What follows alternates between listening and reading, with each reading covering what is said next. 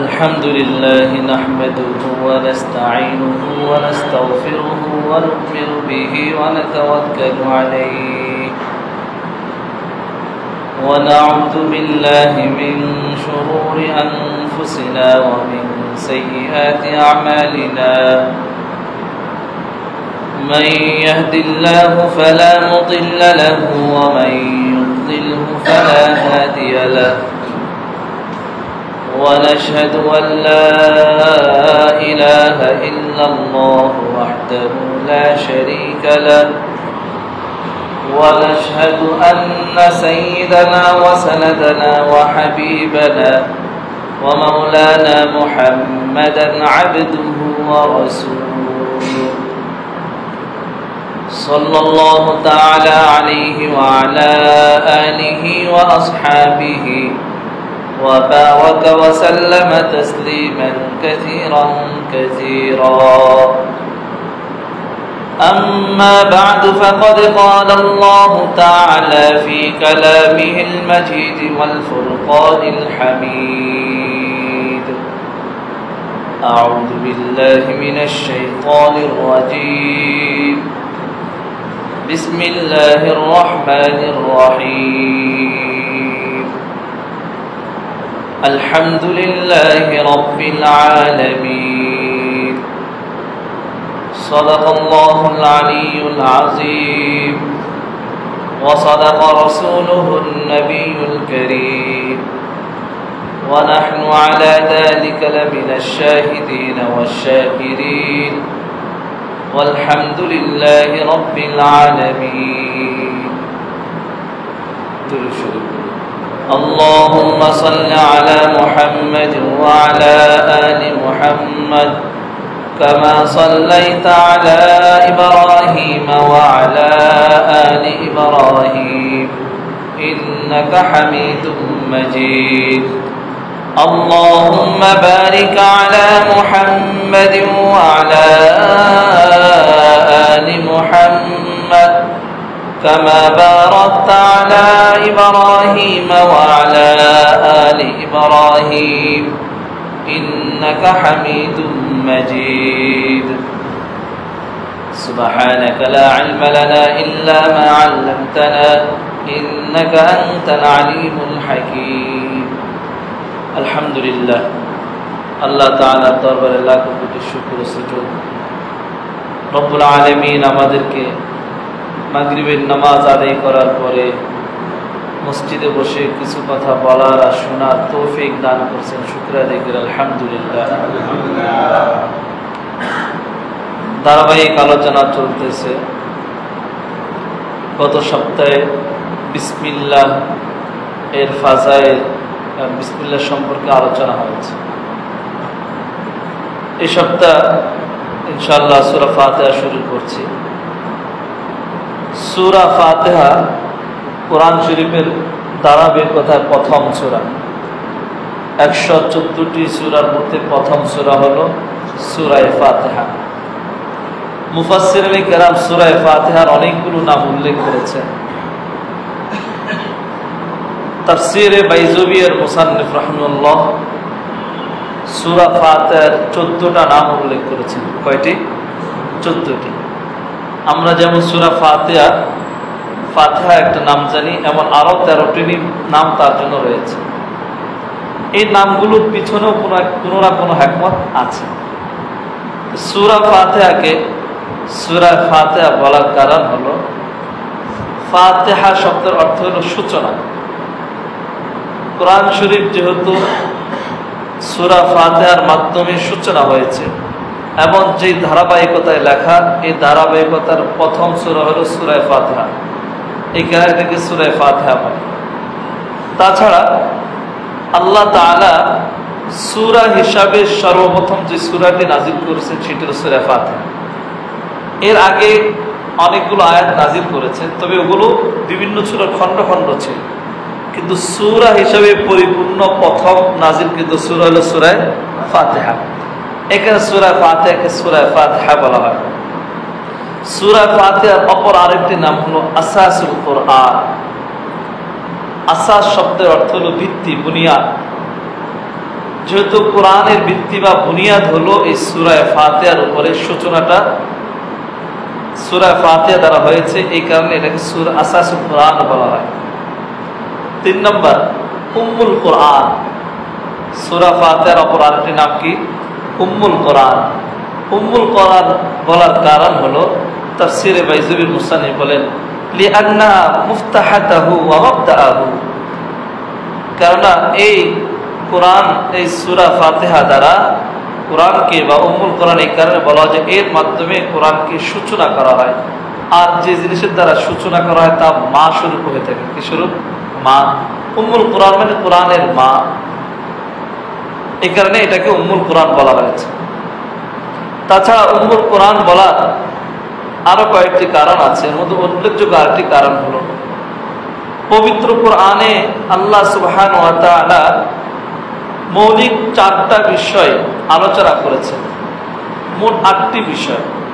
4 বিষয় হলো একদিকে, অপরদিকে 4 বিষয়। তো মৌলিক 4টি বিষয়ের একটি হলো আল্লাহর প্রশংসা করা, 2 নম্বর হলো আল্লাহর আদেশ নিষেধের প্রতি আনুগত্য করা, 3 নম্বর আল্লাহর যে অঙ্গীকার আছে অঙ্গীকারের বর্ণনা সম্পর্কে, 4 নম্বর আল্লাহর আযাব সম্পর্কে। মৌলিকভাবে কোরআনের বিষয়বস্তুকে আল্লাহ এই 4 ভাগে বিভক্ত করেছে। 1 নম্বর আল্লাহর প্রশংসা, 1 নম্বর আল্লাহর প্রশংসা, 2 নম্বর আল্লাহর যে আদেশ নিষেধ আছে এই আদেশ নিষেধের প্রতি আনুগত্য করা, 3 নম্বর আল্লাহর যে অঙ্গীকার কোরআনে বিভিন্ন জায়গায় বর্ণনা আছে এগুলো সম্পর্কে, 4 নম্বর আল্লাহর যে আযাব আছে আখিরাতে আযাব সম্পর্কে। এই মৌলিক 4টা বিষয় আল্লাহ সূরা ফাতিহার মধ্যে দিয়ে দিয়েছে। এই মৌলিক 4টা বিষয় সূরা ফাতিহার মধ্যে দিয়েছেন, এই কারণে তাকে উম্মুল কোরআন বলা হয়। আলহামদুলিল্লাহ রাব্বিল আলামিন থেকে নিয়ে মালিক ইয়াউমিদ্দিন পর্যন্ত কি করতেছি? আল্লাহর প্রশংসা করতেছি। আল্লাহ কি করতেছে? প্রশংসা করতেছে। এরপরে আল্লাহ তাআলার যে আদেশ ইয়্যাকা না'বুদু ওয়া ইয়্যাকা নাস্তাঈন, আমরা আল্লাহর ইবাদত করতেছি, আল্লাহর আদেশ মানতেছি। কি করতেছি? আল্লাহর আদেশ মানতেছি। এরপরে আল্লাহর যে অঙ্গীকার যে আমাদেরকে সিরাতে মুস্তাকিম দিবেন, এরপরে সর্বশেষ গিয়ে গায়রিল মাগদুবি আলাইহিম ওয়ালাদ-দাল্লিন, এই যে আযাব, তার যারা আল্লাহর পথে চলে না, যারা ভ্রষ্ট, তাদের কি আযাব হবে। এই আল্লাহ সূরা ফাতিহার ভিতরে পুরা কোরআনের মৌলিক বিষয়টাকে উল্লেখ করেছেন। পুরা কোরআনের যে সমষ্টিগত যে কথাগুলো আছে এগুলোকে সূরা ফাতিহার মধ্যে উল্লেখ করেছেন। একে সূরা ফাতিহাকে উম্মুল কোরআন বলা হয়। অন্যদিকে আরো 4টি বিষয় আছে। 1 নম্বর হলো আহকামে ইতিকাদি, আমার বিশ্বাস, আকীদা, বিশ্বাস কি হবে এই বিষয়। 2 নম্বর হলো আহকামে আমালি, আমার আমলটা কেমন হবে। 1 নম্বর ইতিকাদ, আমার বিশ্বাস, আমার আকীদা কি হবে। 2 নম্বর আমার আমল কিরকম হবে।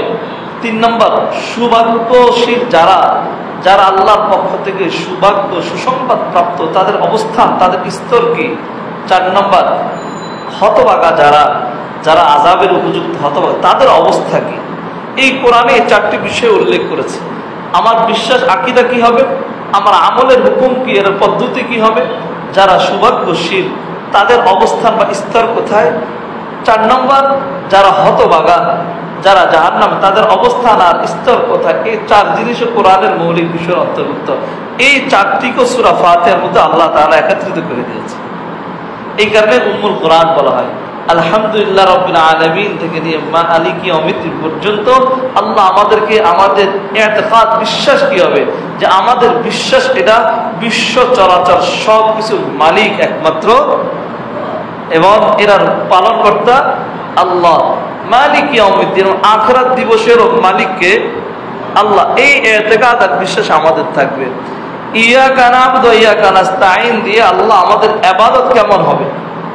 আহকামে আমালি, আমাদের আমলের অবস্থাটা কি হবে এখানে বলে দিয়েছেন। এরপরে ইহদিনাস সিরাতাল মুস্তাকিম সিরাতাল্লাযীনা আন'আমতা আলাইহিম, সুসংবাদ প্রাপ্ত যারা, সৌভাগ্যশীল যারা, তাদের অবস্থানটা আল্লাহ এখানে স্তর বর্ণনা করে দিয়েছেন। যে আল্লাহ তাদেরকে ফুল সিরাতের উপর দিয়ে কি করবেন, নিয়ে যাবেন, তারা সঠিক পথে থাকবেন।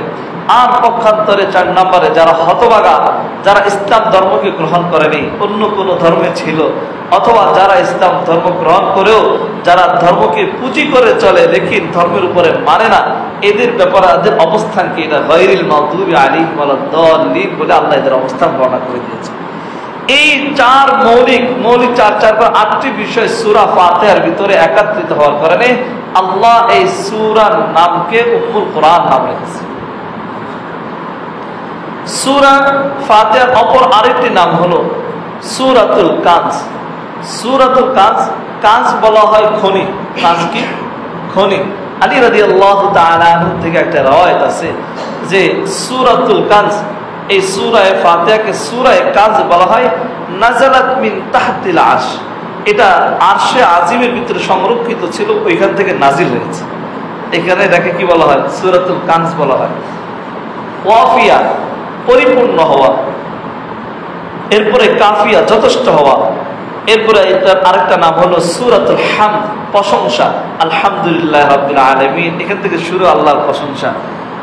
অপর নাম হলো সূরাতুশ শুকর, এখানেও আল্লাহ তাআলা শুকরিয়ার আদায়ের কথা রয়েছে সূরা ফাতিহার মধ্যে। 9 নম্বর আরেকটি নাম হলো আদ-দুআ। সূরা ফাতিহাতে আমাদেরকে দোয়া শিখিয়েছেন।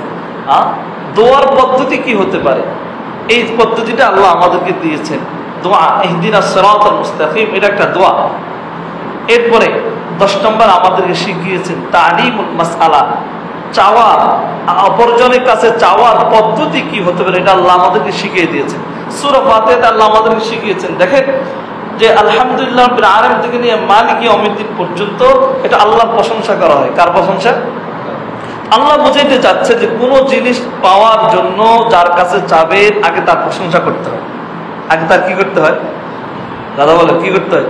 আমরা নেতাদের প্রশংসা করি না, আমার অমুক ভাইয়ের চরিত্র তমুকের মতো পবিত্র, প্রশংসা করি না? তাহলে কিছু জিনিস পাওয়ার জন্য আগে কি করতে হয়? প্রশংসা করতে হয়।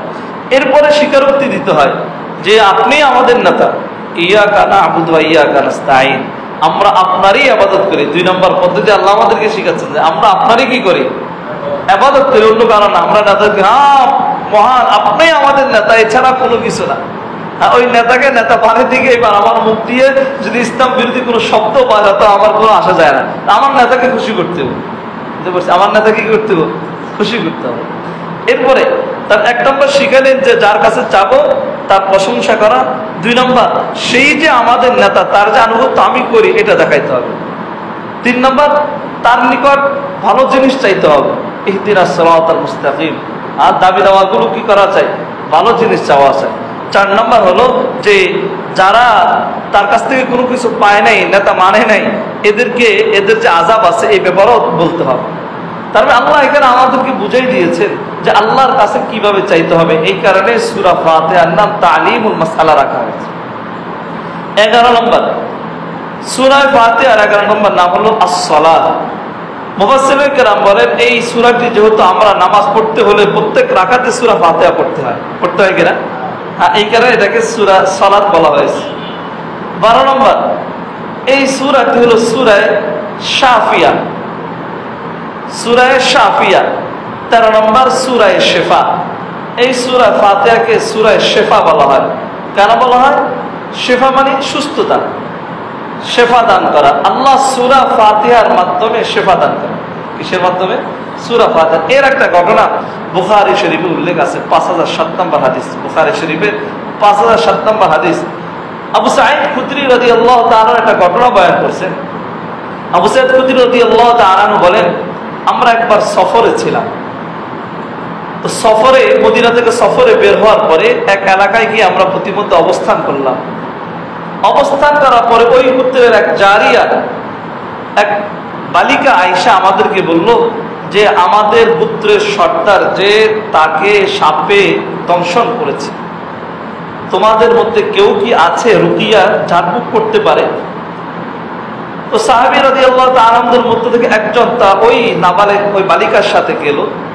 যাওয়ার পরে ওই বাদশা যাকে সাপে দংশন করেছিল তার উপরে সূরা ফাতিহা 7 বার পড়ে তার উপরে অর্থাৎ ঝাড়ফুঁক করেছে। তো আল্লাহ তাআলা তাকে সুস্থ করে দিয়েছে। সুস্থ করে দেওয়ার পরে ওই বাদশাহ উপস্থিত যে সাহাবী ছিলেন প্রত্যেককেই পেট ভরে দুধ খাওয়াইছেন এবং প্রত্যেককে বকরি হাদিয়া দিয়েছেন। বকরি হাদিয়া দেওয়ার পরে রাসূলুল্লাহ সাল্লাল্লাহু আলাইহি ওয়াসাল্লাম তো মদিনায়, তো ওনারা এই যখন সফর থেকে ফিরে আসতেছিলেন সাহাবীকে জিজ্ঞাসা করছে, তুমি কি জাগবুক পারো, তুমি কোত্থেকে শিখলা? বললো কোরআনে সূরা ফাতিহা আছে, এই ফাতিহা পড়ে আমি ফু দিয়েছি। এরপরে এখন যে জাগবুকের কারণে যে বকরি দিল, বকরি সাহাবায়ে কেরাম খাবে কি খাবে না এটা নিয়ে ওনাদের ভিতরে একটু মতানক্য হয়ে গিয়েছে। তখন ওনারা ফয়সালা করলেন, আচ্ছা আমরা বকরিগুলো নিয়ে রাসূলের দরবার পর্যন্ত যাই, তো রাসূল যে ফয়সালা দিবেন এই ফয়সালার উপর আমরা ঐকমত হয়ে যাব। রাসূলুল্লাহ সাল্লাল্লাহু আলাইহি ওয়াসাল্লাম নিকট নেওয়ার পরে রাসূলুল্লাহ সাল্লাল্লাহু আলাইহি ওয়াসাল্লাম বললেন যে আকসিমু, তোমরা এটাকে তাকসিম করে নাও, তোমরা কিছু নাও আমার জন্য কিছু রেখে দাও। সুবহানাল্লাহ। তার মানে এখান থেকে বোঝা যায় এই সূরা এটা একটা শিফা। এখান থেকে আরেকটা বিষয় হলো জাড় ফুঁক করা, পানিতে দম করে পানিতে ফু দেওয়া অথবা অসুস্থ ব্যক্তির উপরে বিভিন্ন আয়াত পড়ে ফু দেওয়া, দোয়া পড়ে ফু দেওয়া, এটা শরীয়ত সম্মত। এটা কি সম্মত? শরীয়ত সম্মত। এমন এই জাড় ফুঁকের পরে হাদিয়া দেওয়া নেওয়া এটাও জায়েজ, এটাও কি জায়েজ। বুঝতে পারছি? তাহলে জাড় ফুঁক এটা শরীয়ত সম্মত এবং হাদিয়া দেওয়া নেওয়া এটাও কি আছে, জায়েজ আছে। তো এই সূরা ফাতিহার একটা নাম হলো শিফা, আল্লাহ এর ভিতরে শিফা রেখেছেন এই কারণে। এখানে আরেকটা বিষয় আপনাদেরকে বলি, আমাদের বাচ্চারা অনেক সময় কান্নাকাটি করে, এরপরে পিচ্ছি যারা 1, 2, 3, 4 বছর এরা তো একটু কাঁদবে, এটা স্বাভাবিক। এরপরে সামান্য থেকে সামান্য একটু ভয়ও পেয়ে যায়। তো আপনারা হুজুরদের শরণাপন্ন হন, ইমাম সাহেব বলছেন যারা আছে শরণাপন্ন হন। এটার জন্য সহজ হলো যে আপনারা কষ্ট করে মসজিদে না এসে যদি নিজেরা সূরা ফাতিহা পড়তে পারেন, 7 বার সূরা ফাতিহা পড়ে ওই বাচ্চার শরীরে ফু দিয়ে দিবেন, ইনশাআল্লাহ আল্লাহ শিফা দান করবেন। পারতপক্ষে এটার সাথে শুরুতে 3 বার দুরূদ শরীফ, শেষে 3 বার দুরূদ শরীফ, এই দুইটা জিনিস একসাথে করে পড়ে ফু দিবেন, ইনশাআল্লাহ আল্লাহ শিফা দিয়ে দেন। সবসময় এসে তার হুজুরদেরকে পাওয়া যায় না, রাত গভীর রজনীতে হঠাৎ করে বাচ্চা করছে।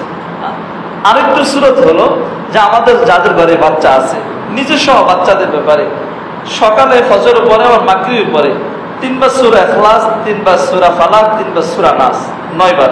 সকালে 9 বার, সন্ধ্যায় 9 বার পড়ে নিজের শরীরে এবং নিজের পরিবারে যারা আছে প্রত্যেকের শরীরে ফু দিবেন, ইনশাআল্লাহ জিন ও বদ জিন যেগুলো আছে খাবায়েস এগুলো থেকে আল্লাহ হেফাজত করবে। এই আমলগুলো করা যায়।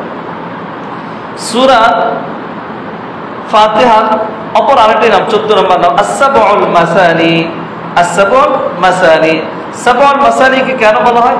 সাবউল শব্দের অর্থ হলো 7। সূরা ফাতিহাতে 7টি আয়াত আছে, এই কারণে সাবউল বলা হয়। মাসানি বারবার পঠিত। সূরা ফাতিহা যেহেতু আমরা বারবার পড়ি, আমাদের প্রত্যেক নামাজে পড়া হয়, এই কারণে এই সূরার নাম সাবউল মাসানি রেখেছে।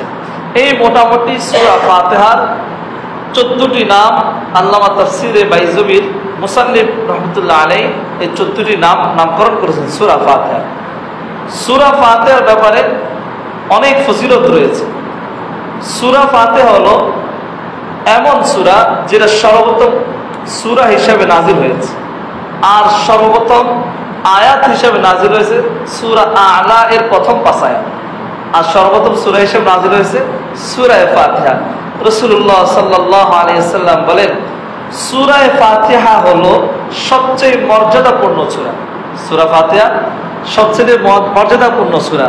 বুখারী শরীফের 4474 নম্বর হাদিসে রাসূলুল্লাহ সাল্লাল্লাহু আলাইহি ওয়াসাল্লাম বলেন, عن ابي سعيد بن المعلى رضي الله تعالى عنه قال كنت اصلي في المسجد فدعاني رسول الله صلى الله عليه وسلم فلم اجبه فقلت يا رسول الله اني كنت اصلي فقال الم يقل الله استجيبوا لله وللرسول اذا دعاكم।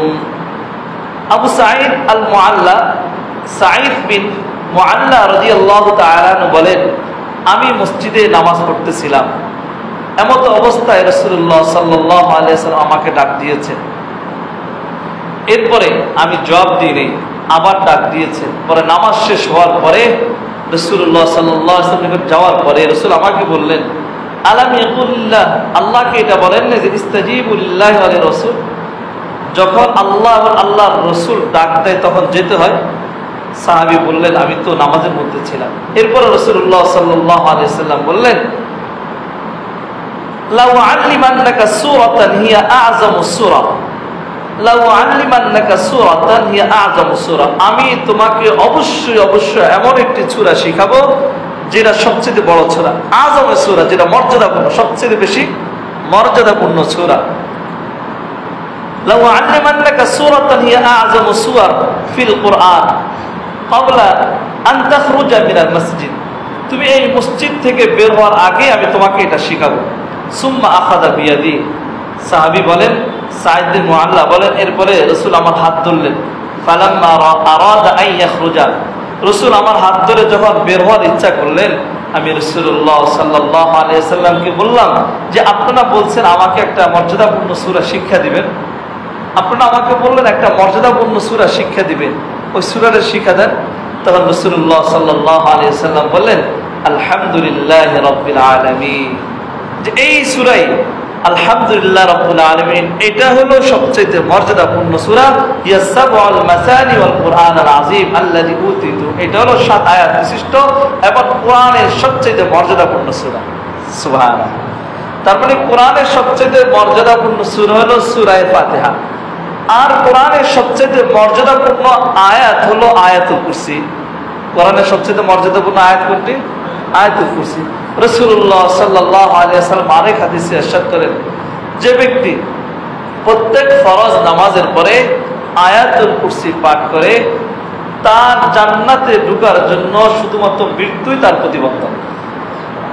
সুবহানাল্লাহ। তার মানে সূরা আয়াতুল কুরসি যে প্রত্যেক ফরজ নামাজের মধ্যে পড়বে, প্রত্যেক ফরজ নামাজের পরে পড়বে, আল্লাহ তার জন্য জান্নাত নির্ধারণ করে রেখে দিয়েছে। সূরা ফাতিহার আরেকটা ফজিলত রাসূলুল্লাহ সাল্লাল্লাহু আলাইহি ওয়াসাল্লাম বলেন সূরা ফাতিহা এটা হলো নূর। এটা কি? নূর। একদা রাসূলুল্লাহ সাল্লাল্লাহু আলাইহি ওয়াসাল্লাম কোথাও বসেছিলেন, বাইনামা জিবরাইল আলাইহিস সালাতু ওয়াস সালাম, জিবরাইলও ওই সময় ছিলেন। হঠাৎ করে উপর থেকে একটা আওয়াজ পাইলেন। আওয়াজটা হলো দরজা খুললে, কপাট খুললে একটা কটকট আওয়াজ হয় না, এমন একটা আওয়াজ পাইলেন। নাকিসাম মিন ফাওকিহি, একটা আওয়াজ পাইলেন। রাসূলুল্লাহ সাল্লাল্লাহু আলাইহি ওয়াসাল্লাম উপর থেকে মাথা উঠাইলেন। তখন বলা হলো ফাকাল হাদা মিন বাবিস সামা, এই যে আওয়াজটা পাইছেন এর আসমানের দরজা খোলা হয়েছে। এরপরে বললেন যে এই যে দরজাটা খোলা হলো এইটা আজকেই খোলা হয়েছে, এর আগে আর কোনোদিন এই দরজা খোলা হয়, এবং এই দরজা দিয়ে একজন ফেরেশতা আগমন করেছেন যে ফেরেশতা কোনোদিন দুনিয়াতে আসেন নাই। এরপরে বললেন ফাকালা হাদা মালাকুন নাযালা ইলাল আরদি ফালাম ইয়ানজিল কাত্তু ইল্লা আল-ইয়াওম ফাকালা আবশির বিনুরাইন, ওই যে ফেরেশতা সে আজকে প্রথম নাজিল হলো এবং সে আয়েশা রাসূলকে বলতেছেন আবশির বিনুরাইন, আপনি দুইটি নূরের সুসংবাদ গ্রহণ করুন। উতিতুহুমা, যেই দুই নূরের সুসংবাদ আপনাকে দেওয়া হচ্ছে, লাম ইউতিহুমা নাবিয়্যুন ক্বাবলাকা, আপনার পূর্বে কোনো নবীকে এই সুসংবাদ দেওয়া হয়নি। মানে এমন দুইটা নূরের সুসংবাদ আপনি গ্রহণ করুন যেই নূরের সুসংবাদ ইতিপূর্বে কোনো নবীকে দেওয়া হয়নি। সেটি হলো কি? ফাতিহাতুল কিতাব ওয়া খাওয়াতিমু সূরাতুল বাকারা, এটা হলো সূরা ফাতিহা এবং সূরা বাকারার সর্বশেষ আয়াত। তার মানে দুইটা নূরের সুসংবাদ দিয়েছেন, এক নূর সূরা ফাতিহা আর হলো সূরা বাকারার শেষ যে দুই আয়াত আমানা রাসূলু বিমা উনজিলা ইলাইহি।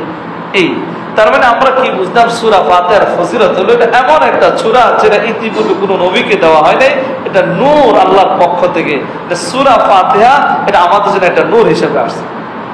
রাসূলুল্লাহ সাল্লাল্লাহু আলাইহি ওয়াসাল্লাম অনেক হাদিসে ইরশাদ করেন যে ব্যক্তি রাত্রে শোয়ার টাইমে সূরা বাকারার শেষ দুই আয়াত আমানা রাসূলু থেকে নিয়ে তেলাওয়াত করবে, পুরা রাত্রের জিম্মাদার আল্লাহ তার জন্য যথেষ্ট হয়ে যাবে। এবার রাত্রে শোয়ার টাইম আমরা এই আমলটা করার চেষ্টা করি, আমানা রাসূলু বিমা উনজিলা ইলাইহি মির রাব্বিহি ওয়াল মুমিনুন, এখান থেকে নিয়ে শেষ পর্যন্ত সূরা বাকারা শেষ পর্যন্ত। আর এই সূরা বাকারা এবং সূরা ফাতিহা উম্মতের জন্য নূর। এবং আল্লাহ সুবহানাহু ওয়া তাআলা সূরা ফাতিহার অনেক ফাজাইল বয়ান করেছেন। রাসূলুল্লাহ সাল্লাল্লাহু আলাইহি ওয়াসাল্লাম হাদিসের ভিতরে অনেক ফাজাইল বলছেন। এই ফাজাইল গুলো বলার উদ্দেশ্য হলো যে সূরা ফাতিহা অনেক মর্যাদাপূর্ণ। যে জিনিস মর্যাদাপূর্ণ হয় তারে তো ফজিলত বেশি বয়ান করা, আর যে জিনিস যত বেশি মর্যাদাপূর্ণ তার জন্য তত বেশি লকব, তার জন্য তত বেশি পদ পদবি দেওয়া হয়। এখানে আল্লাহ সুবহানাহু ওয়া তাআলা এই সূরাতে 14টি নাম দিয়েছে, যেটা আল্লামা বাইজি রাহমাতুল্লাহ উল্লেখ করেছে, যা বলেছি। সূরা ফাতিহা আল্লাহ সুবহানাহু ওয়া তাআলা শুরু করেছেন আলহামদুলিল্লাহি রাব্বিল আলামিন। প্রথম শব্দ আলহামদু, প্রথম শব্দ কি? আলহামদু। দেখেন আল্লাহ আলহামদু দ্বারা কোরআনে 5টি সূরা শুরু করেছে। কয়টা সূরা? 5টি সূরা। 1 নম্বর সূরা ফাতিহা। 2 নম্বর শুরু করেছেন 7 পারা সূরা আনআমের শুরুতে আলহামদুলিল্লাহিল্লাযী খালাকাস সামাওয়াতি ওয়াল আরদ ওয়া জাআলা যুলুমাত। সূরা আনআম আলহামদুলিল্লাহিল্লাযী খালাকাস সামাওয়াতি ওয়াল আরদ ওয়া জাআলা যুলুমাতি ওয়ান নূর। এরপরে শুরু করেছেন সূরা কাহাফ আলহামদুলিল্লাহিল্লাযী আনজালা আলা আবদিহিল কিতাব। এরপরে শুরু করেছেন সূরা সাবা আলহামদুলিল্লাহিল্লাযী খালাকাস সামাওয়াতি ওয়াল আরদ। এরপরে শুরু করেছেন আলহামদুলিল্লাহি ফাতিরিস সামাওয়াতি ওয়াল আরদ। এই 4 সূরা আল্লাহ সুবহানাহু ওয়া তাআলা আলহামদু শব্দের মাধ্যমে শুরু করেছেন। এই আলহামদু শব্দের মাধ্যমে শুরু মোট 5 সূরা। সূরা ফাতিহা সহ মোট 5 সূরা। সূরা ফাতিহা, সূরা আনআম, সূরা কাহাফ, সূরা সাবা, সূরা ফাতির। এই 5 সূরা আল্লাহ লফজে আলহামদু দিয়ে শুরু করে বুঝাইতে চেয়েছেন উম্মতকে যে আলহামদু আল্লাহর প্রশংসা, আল্লাহ সবচেয়ে বড়, যত কিছু আছে সব কিছুর প্রশংসার অধিকারী একমাত্র আল্লাহ। একমাত্র কে? আল্লাহ। আলহামদু অর্থ কি? হামদ করা, আল্লাহর প্রশংসা করা। হুয়া সানাউ বিল লিসান, মানুষ জিহ্বা দ্বারা তার প্রশংসা করবে। জিহ্বা দ্বারাও করতে পারে, অঙ্গ প্রত্যঙ্গ দ্বারাও আল্লাহর প্রশংসা করতে পারে। এর আলহামদুলিল্লাহর প্রথমে যেটা আল্লাহ আমাদের শিক্ষা দিয়েছেন যে সব কিছুর মালিক আল্লাহ, সব কিছুর প্রশংসা পাওয়ার উপযুক্ত আল্লাহ। এটা যদি আমরা নিজেদের মধ্যে মেনে নিতে পারি যে আল্লাহ সমস্ত প্রশংসার অধিকারী, তাহলে দুনিয়াতে অন্য কোনো বান্দার প্রশংসা করা লাগে না, অন্য কারো কাছে মুখাপেক্ষী হওয়া লাগে না। কিন্তু আমরা আজকে প্রশংসা করি মানুষের, ফাসেকের। যারা ফাসেক, ফুজ্জার, গুনাহগার, তাদের বড় বড় লেকচারে আমরা তাদের প্রশংসা করি। অথচ রাসূলুল্লাহ সাল্লাল্লাহু আলাইহি সাল্লাম বলেন, যখন কোনো ফাসেক বান্দার প্রশংসা করে মানুষ, তখন আরশে আজিম কাঁপতে থাকে, আকাশে আকাশে আরশে আজিমটা দুলতে থাকে ফাসেকের এই প্রশংসা করার কারণে। ইদা হামিদাল ফাসিক, যখন ফাসেকের প্রশংসা করা হয় তখন আরশে আজিম দুলতে থাকে। এখানে আমাদেরকে ফাসেকদের এই প্রশংসা করা থেকে বিরত থাকতে হবে। প্রশংসা হবে কার? আল্লাহ। আল্লাহ আমাদের প্রত্যেককে এই কথাগুলো বুঝে আমাদের জিন্দেগিতে আমল করার তৌফিক দান করুন। সূরা ফাতিহার যে ফজিলতগুলো শুনলাম, ফজিলতের উপর আমাদেরকে আমল করার তৌফিক দান করুন। আমরা নিজেরা, নিজেদের বাচ্চা কাচ্চা যারা আছে প্রত্যেককে সূরা ফাতিহা পড়ে পড়ে ফু দিব। আল্লাহ আমাদেরকে সমস্ত রোগ বালাই থেকে হেফাজত করুন। সুবহানাকাল্লাহুম্মা